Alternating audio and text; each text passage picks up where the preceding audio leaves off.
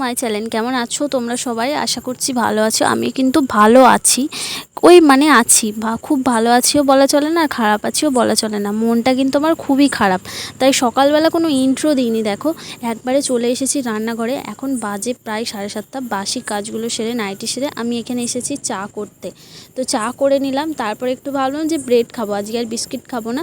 তো দাদু ঠাকুমাকে আগে চা দিয়ে চলে এসেছি বিস্কিট দিয়ে, ওনারা আবার ব্রেড খাবে না। তো আমি ভাবলাম আমি ব্রেডটাই খাই। 7:30 বাজছে, কখন ভাত হবে টিফিন করব জানি না, এখন ব্রেডটা খাই। তো ব্রেডটা খেলে অনেকটা পেটটা ভারীও থাকবে, তাই ভাবলাম ব্রেডটা খেয়ে নিই। তার মধ্যে আবার খিদেও পেয়েছিল। তো তোমাদেরকে এবার বলি যে ভালো না থাকার কারণটা কি। তো ভালো না থাকার কারণ হচ্ছে, আগের দিন সন্ধ্যেবেলা ক্যামেরার স্ট্যান্ড থেকে ফোনটা পড়ে গিয়ে না আমার পুরো ভেতরের ডিসপ্লে পুরো নষ্ট হয়ে গেছে।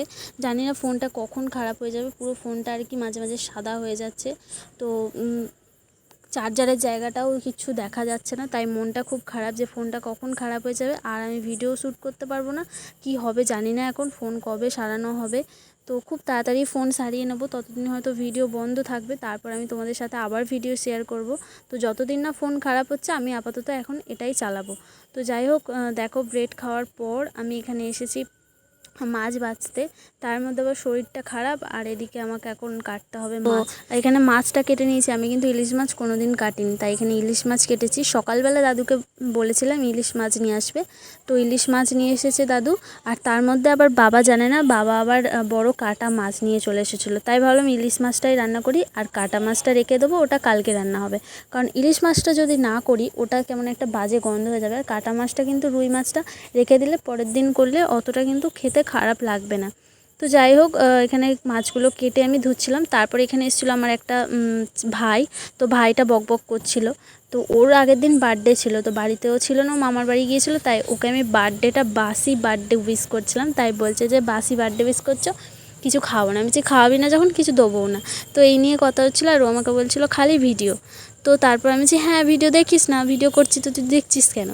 তো তারপর দেখে মাছ টাছ ধুয়ে আমি এখানে চলে এসেছিলাম চান করে। ভাতও আমার কিন্তু হয়ে গেছিলো, আমি কিন্তু ভাতও বসিয়ে দিয়েছিলাম, সেটা তোমাদের সাথে ভিডিওর মধ্যে শেয়ার করিনি। তো ভাতটাকে উপর দিয়ে নিলাম। তো ভাত হয়ে গেছিলো, তাই ভাবলাম এক পিস মাছ ভেজে নিই, তারপর ভাতটা খেয়ে আবার রান্না করব। তো দেখো কড়াইয়ে তেল দিতে না দিতে এদিকে ছিটকে পালাচ্ছি, কারণ আমার মাছ ভাজতে খুব ভয় লাগে। ছিটকে এত গায়ে আসে, মানে কি বলবো। তো তারপর এখানে মাছটাকে আমি ভেজে নিচ্ছিলাম, আর এদিকে দেখো একটু ডান্স করছিলাম। আমি কিন্তু এরকম ডান্স করতেই থাকি, বাট ওটা কিন্তু ভিডিওর সাথে শেয়ার করি না, কারণ খুব লজ্জা করে। তো তারপর দেখো এখানে ভাতটা বেড়ে নিয়েছি, তারপর খেয়ে নিয়ে এখানে এসেছিলাম রান্না করতে। তো আজকে আমি রান্নাতে করছিলাম ইলিশ মাছের ঝাল, ঢ্যাঁড়স ভাজা, আর কি সোয়াবিনের একটু মাখা মাখা করে তরকারি। তো এই হচ্ছিলো আজকের রান্না। তো দেখো এদিকে আমি ভাত বেড়ে নিয়েছি। আমি কিন্তু সোয়াবিনের তরকারিটা খাইনি, আমি ইলিশ মাছের ঝাল আর কি ঢ্যাঁড়স ভাজাই নিয়েছিলাম।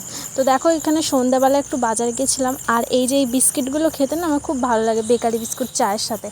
এমনি বিস্কুট ভালো লাগে না, তো এই বিস্কিটগুলো এনেছিলাম, আর দাদু ঠাকুমাকে এখানে দিচ্ছিলাম চা আর কি সন্ধ্যাবেলা। তো তারপর এখানে বিস্কিটগুলো ভালোভাবে কৌটোর মধ্যে ভরে রাখছিলাম, না হলে আবার একটু হাওয়া পেলেই না বিস্কিটগুলো মিয়ে যায়। তো বন্ধুরা, পুজোর কেনাকাটি তো মোটামুটি শুরু করে দিয়েছি। তোমরা আগের ভিডিওতে দেখেইছো আমার হাজব্যান্ডের জন্য কিছু কিছু মানে টুকিটাকি আর কি জিনিস একটা একটা করে কিনে রাখছি, কারণ পুজো তো সামনে চলেই এসেছি। তো চলো এবার আমি কী কী কিনেছি সেগুলো তোমাদের সাথে শেয়ার করি। তো সেগুলো দেখাতেই আমি কিন্তু এখানে বসে পড়েছিলাম। তো চলো একে একে সব দেখাই তোমাদেরকে, আর কেমন হয়েছে অবশ্যই বলবে। তো প্রথমেই দেখো এখানে একটা ব্লুতে সাদাতে একটা নাইটি নিয়েছি, চৌকো গলা আর কি।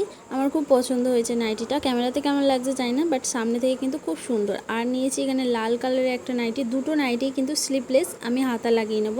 তো তারপর দেখো এখানেও কিন্তু এই কালারটাও আমার খুব পছন্দ হয়েছে। তো তারপর দেখো এখানে একটা নিয়েছি কুর্তি, ইয়েলো কালারের। এটা কুর্তিটা কিন্তু উল্টো করা ছিল, কারণ আমি পরে দেখছিলাম সোজাতে কিন্তু আরও সুন্দর, তো উল্টো ছিল বলে এমন লাগছিল।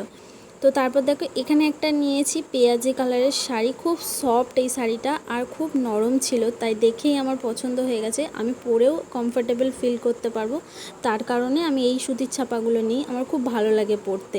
তো তার জন্য এই শাড়িটা নিয়েছি। আর এইদিকে দেখো একটা বাটি প্রিন্টের শাড়ি নিয়েছি, এটাও কিন্তু খুব নরম আর সফট। তো এইরকম শাড়ি দেখলেই আমি কিন্তু আগে নিয়ে নিই, কারণ আমার পরে খুব আরাম লাগে গায়ে, তাই এই শাড়িগুলো আমি আগে নিয়ে নিই। তো এখানে দেখো একটা শাড়ি, এই কালারটা আমার কদিন ধরে খুব ইচ্ছা করছিল এই কালারের একটা শাড়ি নেবার। তো এইটা আমাকে দিয়েছে আমার মেজো ভাসুর, ঠাকুরনগর গিয়েছিল তখন আমাকে এনে দিয়েছে। তো এখানে ব্লাউজ পিস, তারপর শাড়ি মানে ঘাগরা টাইপের শাড়ি, এটা ঘাগরা করে পরে ওড়নার মতো নিতে হবে আর কি। তো এইটা আমি মায়াপুর যাব যখন আমার হাজব্যান্ড আসবে, ও আমাকে বলেছে এবারে বাড়ি গিয়ে তোমাকে নবদ্বীপ মায়াপুর ঘোরাতে নিয়ে যাবো, তো তখনই শাড়িটা পরবো। তো আজকের ভিডিও এতটাই, ভালো লাগলে একটা লাইক কমেন্ট শেয়ার করো। ফিরে আসছি নেক্সট কোনো ভিডিও, ততদিন ভালো থেকে সুস্থ থেকো, টাটা।